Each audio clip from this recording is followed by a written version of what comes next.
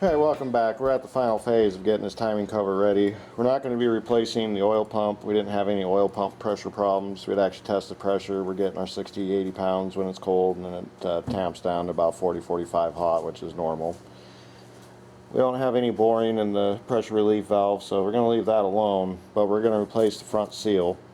I also was checking the clearance on the front pump here because the 3.8 series, well, all of them for that matter, this was the oil pump. It was an integrated timing chain cover, yes, but it also controlled water flow, oil pressure, the oil pump. The 3.8 front seal is unique because this may look like it's part of the casting and this is the seal. That is not the case. The front of this is the actual seal, and these are a little bit more trickier to get off.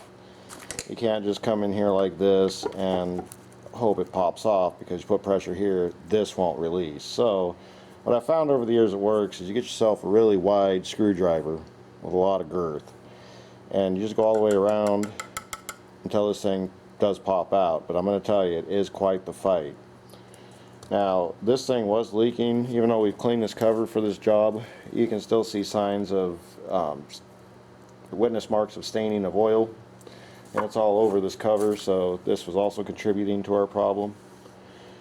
The other thing we do, we also bring up wood, because if you're banging on this and this has nowhere to go, you're just spinning your wheels. You're not going to get nothing done. So what I do is I build a little cradle, make sure I put my finger in here and I'm not on that front edge seal. Unfortunately, I'm not going to be able to show you this seal coming out like I normally do, because unfortunately this one goes out through the bottom. So that's nothing else we can do.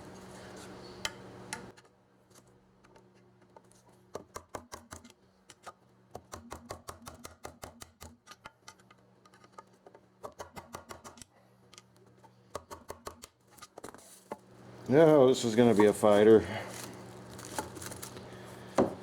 Oh boy. Well, it happens. Can't have it easy all the time, huh?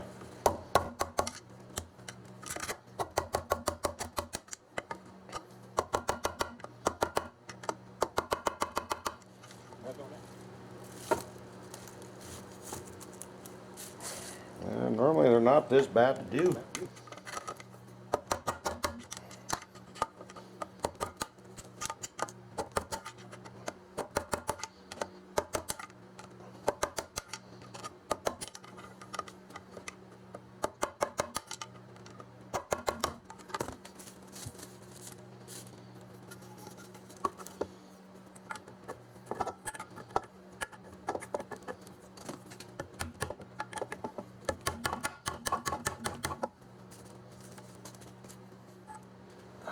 That sucker does not want to budge.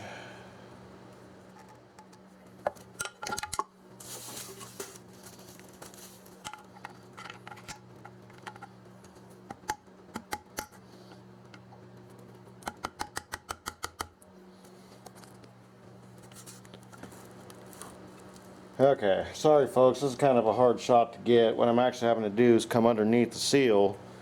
So I can zoom in here for you. Oh, it's a terrible shot. Excuse me, people.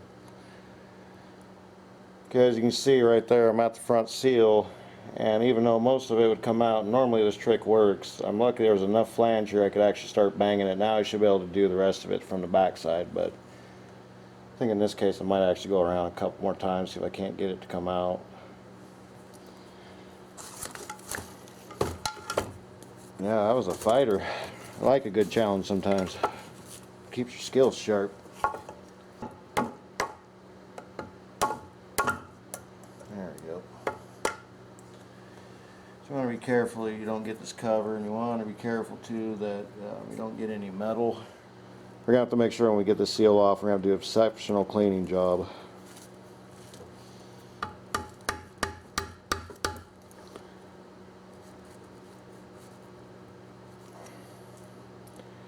And normally front seals don't fight this bad. This is a unique GM design, that's for sure. So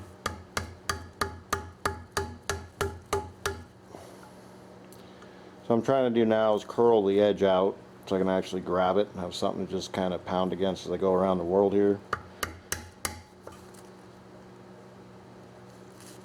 If I could just get it out in one fell swoop, we'll definitely go that route.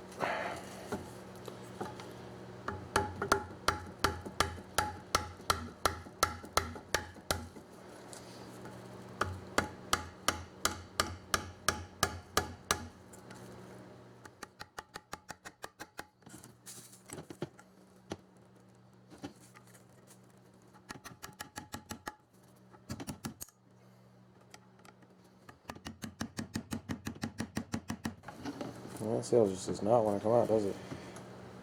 No, this is one of the toughest ones I've ever had pop. This thing's going to be a destroyed mess by the time I actually get it out. I was hoping to get it loose enough, it'll just pop now. When you pop the seal out, the rubber part.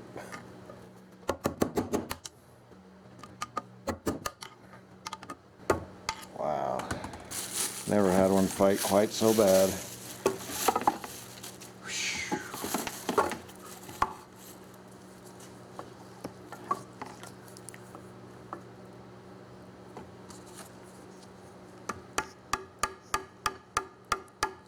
Button this up again.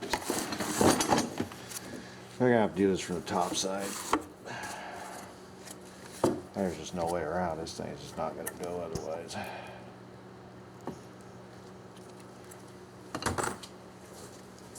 Get a bigger hammer. No. Is that the original seal? Yeah.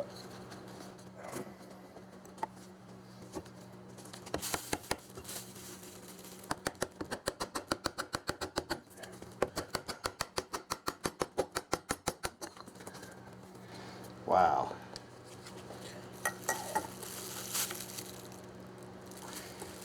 Yeah, the problem is when you do that, you start prying on this backside, it just starts pushing it back down.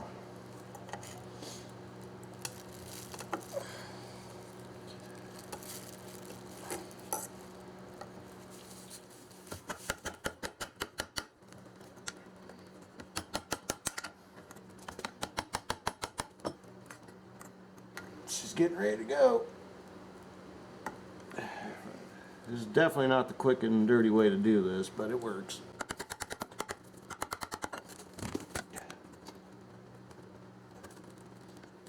It's raising up in that one corner.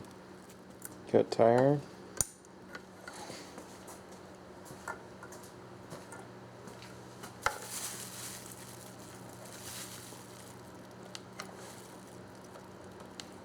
Better off just grabbing a pair of pliers and ripping it the rest of the way. It's not gonna work.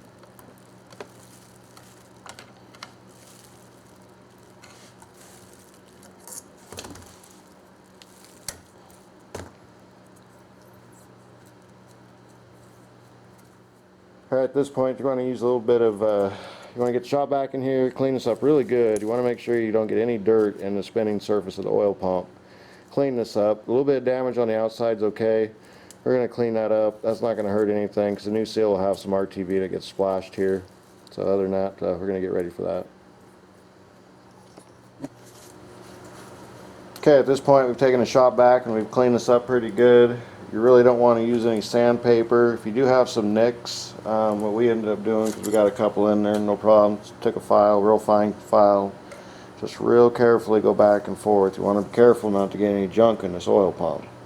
Very important you don't get any junk in this oil pump. Sandpaper can get in here, and so GM highly recommends you don't use any sandpaper at all for any surface gasket work with this engine. So pretty much if you get a little gougy here, you just got to get it knocked down. You can do it with one of these. Just make sure that it's a valley and not a mountain, because the mountain will cause the seal not to sit right. At least you have a chance for the valley to seal with the goop that's on the seal when you pound it in. Alright, last thing, I'm going to take an alcohol wipe that's made of alcohol so it doesn't leave any residue, because we don't want this to leak, because we're trying to make sure this is a leak-free car. Even though eventually 10 years down the road this thing will leak. But next time this cover has to come off, it's getting replaced, because you see here it's actually been gouged by that tensioner that was causing the belt to lean forward and actually made the pump run into the cover. That must have been a heck of a noise if they didn't hear it. Either way, I think this cover will be fine for the rest of this life's engine, but if this engine ever gets rebuilt, this timing cover is probably getting replaced. Cleanliness next to godliness. The oil is the lifeblood of the engine. And you see all that dirt we're pulling off there? That's where you'll get an oil leak.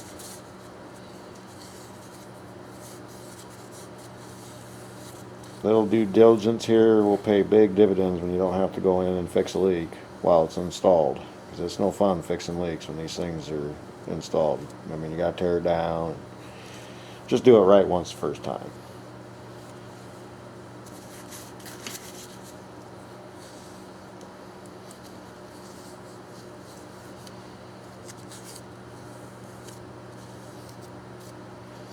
Alright, let me see. Everything's clean now.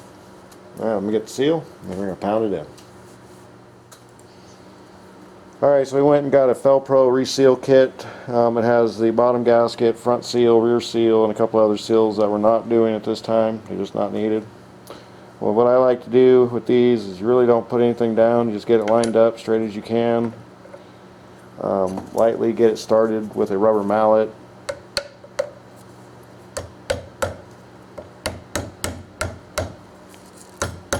You can buy special tools for this job, but I've found over the years just a piece of wood works just as well.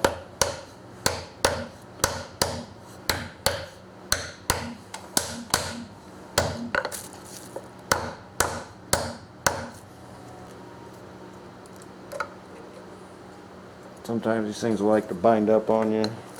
What I do, I just move it to a different spot.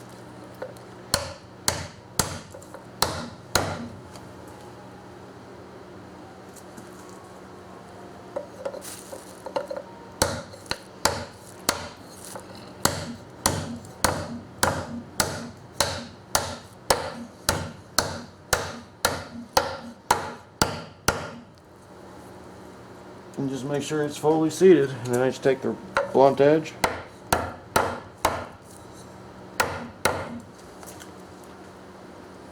And that's pretty much it. Sometimes I get questions on what to use. This is what we use right here. The engine lube assembly stuff. This stuff works great, and pretty much you don't need a lot of it because this stuff is really concentrated. So it's good for these kind of jobs. You always want to make sure that your front seal is lubricated. It's okay to be a little bit liberal here, but too much and you could have, you know, what looks like to be a front leak. It's just this stuff spinning out. So generally I'll rub a little bit under the cover. The engine oil after the engine starts running will actually lubricate this, but you do not want a dry start or the seal will basically tear and rip and you'll have it pouring profusely. I will put a little extra here. And then basically come in with a rag and clean up any residual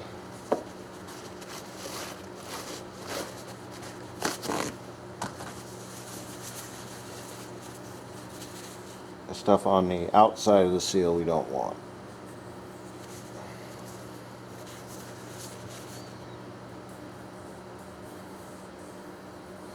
The heat will actually cause the moly to drip, so don't be surprised if you get a little drip here for a couple days, but it should stop if your seal's holding.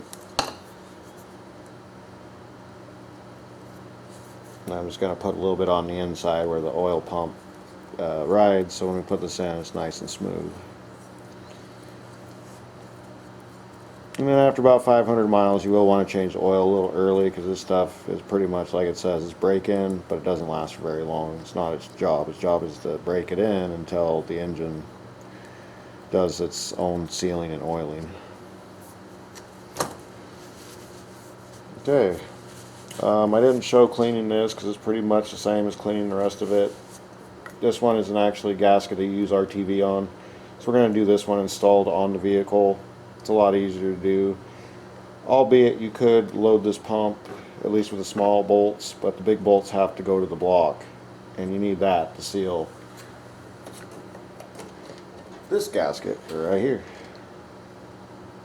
Alright, we're going to get the chain installed and move on from there.